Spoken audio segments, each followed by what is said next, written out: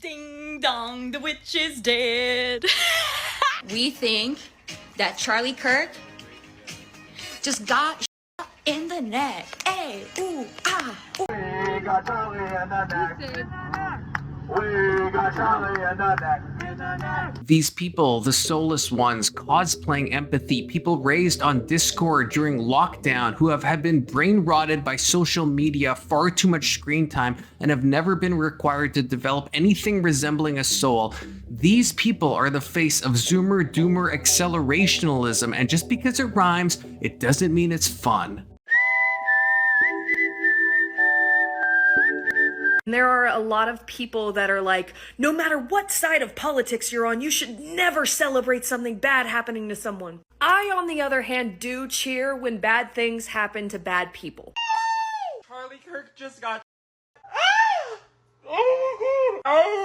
Right off the jump, I want to note that the title of this video would not be taken as an offense to the people it's about. This is a polemic against such individuals, but they wouldn't take it as such. They would, to our dismay, nod in agreement and maybe post a few edgy memes they saw on Reddit. These people know what they're expressing, know in at least a vague sense at what they are aiming toward. They are cognizantly and broadly black-pilled, nihilistic accelerationists that want to see everything crumble with no eye toward anything remotely resembling a functional human society. But when you are this black-pilled, you don't care about yourself or your society. You are self-destructive, self-harming, societally harming, anti-human, apoplectic, and deeply confused. And so, in a suicidal rage, it doesn't matter to these people if everything around them collapses. They have no interest in playing the game in the first place. These people, if we dare to call them that, have no ideas for change. These people who have both such a dearth of creativity coupled with a lack of motivation and a deep sense of ennui that their best fix to society is a Joker-esque view that wants to watch everything burn.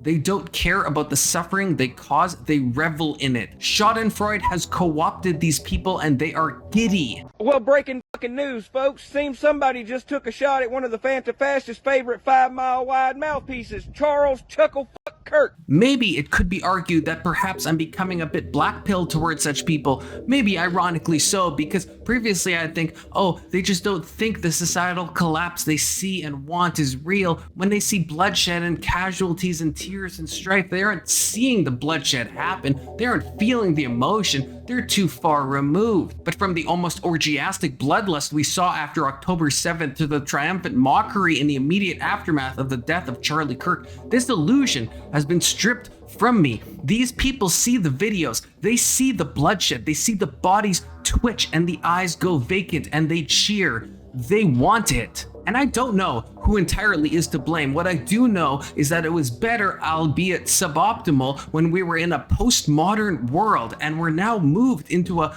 postmodern world where the chickens have come home to roost and we're reaping exactly what we as a culture have sown. I'm almost tempted to call this neo-nihilism, and I think I will, because the writers we would at least colloquially call nihilists are not of this disposition. Nietzsche held to values despite seeing the death of God. He thought meaning had to be carved out, but nevertheless Nietzsche held to meaning as paramount. The absurdists like Camus saw the absurdity of life and felt it deeply, painfully, but they didn't resort to any suggestion of tearing everything around them down. This is in stark contrast to the neo-nihilism we see today, where there is not even contrived meaning, not even one cobbled together out of weak philosophy, not even a desire to construct such meaning in the first place. The very idea of meaning to these people has become meaningless. The bullet casings at the scene of Charlie Kirk's slaying read as follows: "Hey fascist, catch. Oh, bellow chow, bellow chow, bellow chow, chow, chow. If you read this, you are gay, Lamau. Notice his bulge. Oh, whoa, what's this? Memes mixed in with anti-fascist mayhem, radicalization without a clear target or goal. This alone isn't exactly novel. We've seen disaffected people do horrific things for no other reason than to cause chaos and pain. But firstly, it has not, historically at least, in our current age, 90s and onward, let's say, been political, which is almost paradoxical, or should be, for those people who truly want to usher in the fall of the West. If your goal is utter destruction, why choose a side at all? But these people, again, have not developed the necessary faculties to even arrive at such a question, let alone answer it. But secondarily, the broader cultural reaction we're seeing is quite new, aside from a few nutjobs online in the past who themselves perhaps what could be dubbed a proto-neo-nihilist worldview, people like those obsessed with the glorification of Columbine and other tragedies, for example. Besides that minority, which did exist in the shadows but not in the public consciousness, most people were not openly cheering for tragedies. This is, I propose, a very recent phenomenon, one that is due to the rise of the type of accelerationalism I describe. Accelerationalism is defined as the range of ideologies that call for the intensification of processes such as capitalism and technological change in order to create radical social transformation. It wants to move everything as fast as possible in whatever direction it happens to be going. When a large enough group of people become accelerationalists, it spells disaster for a society. Now, note, most of these people wouldn't even know what the word accelerationalist means, but you don't need to know an idea for it to have you. As Young said, people don't have ideas, ideas have people. Fucking stoked right now. You wanna know why I'm so fucking stoked? Fucking yeah! Did say that gun deaths were an acceptable side effect of gun rights. And so the prince of the power of the air, the specter that can best be described as neo-nihilist accelerationalism, doesn't require anyone to know its name. All it requires for it to control you is for you to have a meaningless life, be told that it's entirely society's fault, lack the perspicacity and prescience to know how to fix it, and be incapable or unwilling to repair it, even if you did, and thus to you, your life and the broader world is definitionally irreparable. It requires that you see your life as vapid and empty, and for you to therefore see society at large as equally vapid and empty, and then not knowing a change and not being capable of either thinking of one or enacting it. Even if you knew it, you turn to hatred, and worse, you turn to cheering for destruction. There's a term for people who fight against their own country in a civil war, and that term is a quisling. When possessed by the spirit of nihilistic accelerationalism, you become a type of quisling, but against the human race instead of against any particular country.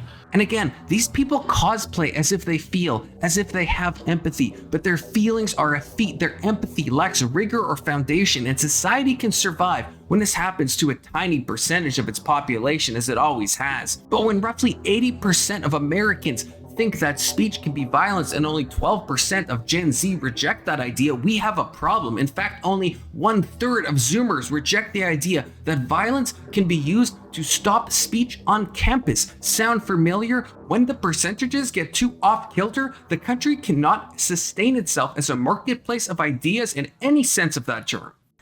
I would say pour one out for Kirky boy, but I don't waste good beer on little bitches. Charlie Kirk just got put down like a fucking dog in Utah, and I could not be happier. I will not ever feel bad when bad people get what the they deserve. These people are malignant because they spread their accelerationalism to others, collectively getting more and more doomer-pilled in Discord group chats and on vile subreddits. They self-reinforce, echoing each other's poorly thought-out nihilism until eventually one of them snaps, and then the rest applaud, and the cycle continues ad nauseum, ad infinitum. So how does the cycle get stopped? First and foremost, actions need to have consequences. People are doing yeoman's work in collecting the names and occupations of people who are publicly supporting death and degradation on sites like Twitter and Blue Sky. People who are public facing, by the way. Asmongold made an entire video going over those who have callously cheered at the death of Charlie Kirk in just the gaming industry alone. These people should all lose their job,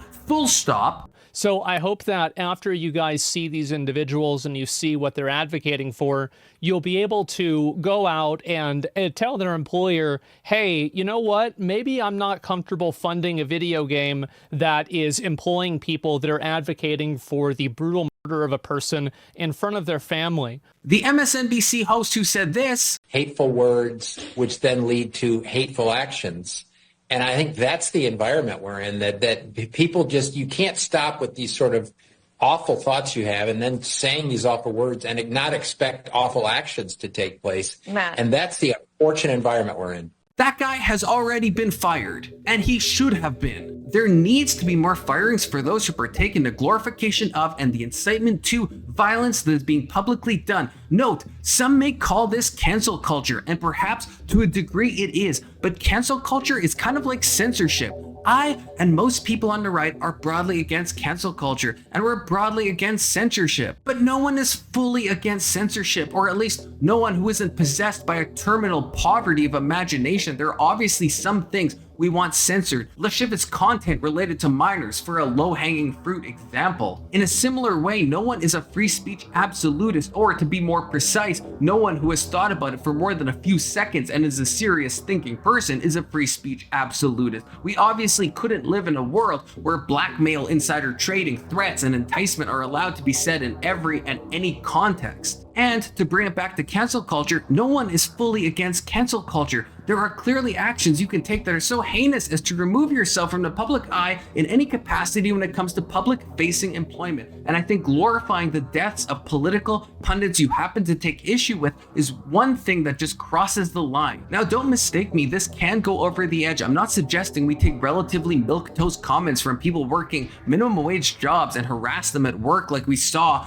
libs of TikTok support. I'm talking about the dead-eyed miscarriages that are publicly saying these things from their public blue sky and Twitter accounts that link to their employer in their bio. This is emphatically not a call or a support of doxing or harassment. But these doomer accelerationists deserve to absolutely face the consequences of their actions. And again, to be very clear, I'm not saying it is healthy to do this for any and every disagreement you have politically anytime someone somewhere expresses any opinion you don't happen to like. Now that would just be good old-fashioned cancel culture that the right is supposed to oppose. Again, I'm talking specifically about the soulless entities where compassion and empathy go to die. These people suck hate inside themselves like a sponge and then eject that hatred out in any little way they can. When they're ineffective, it looks like this. CK got AK'd and he's gone.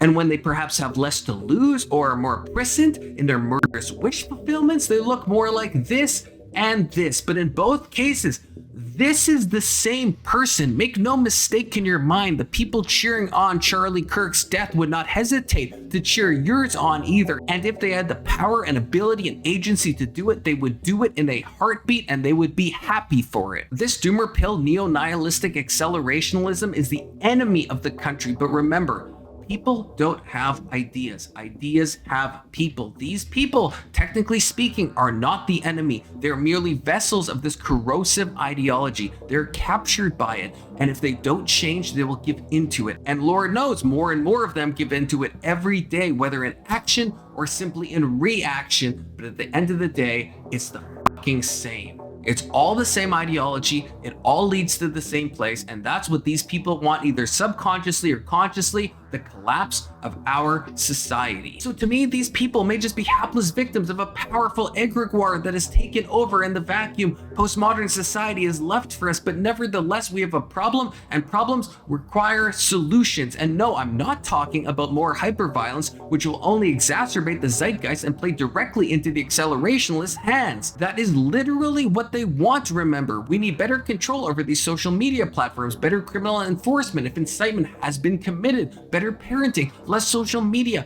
more grass touching, more empathy, more humanity, and more repercussions for those engaging in this darkest of dark ideologies. None of these are easy fixes, but those of us who still care, those of us who still want to live in a society together, those of us who are still not consumed by this sinister ideology can do our part in our hearts, in our tweets, in our personal relationships, in the quietness of our souls to make a difference. So speak truth, don't stay silent when someone expresses the doomer accelerationist neo-nihilistic ideology, and perhaps most importantly, learn to recognize it. Learn to see it in their eyes, learn to hear it in their words, learn to smell it. And maybe if those of us who love what's good and holy are stronger than those of us who don't, and Lord knows we are, we can pull ourselves out of this death spiral we're already caught up in. If the clips I've shown make you mad, they should. Feel that anger, sit with it, and let it guide you, not into chaos and violence, but into recognizing evil for what it is and having the courage and willingness to call it out. And as always, thanks for watching.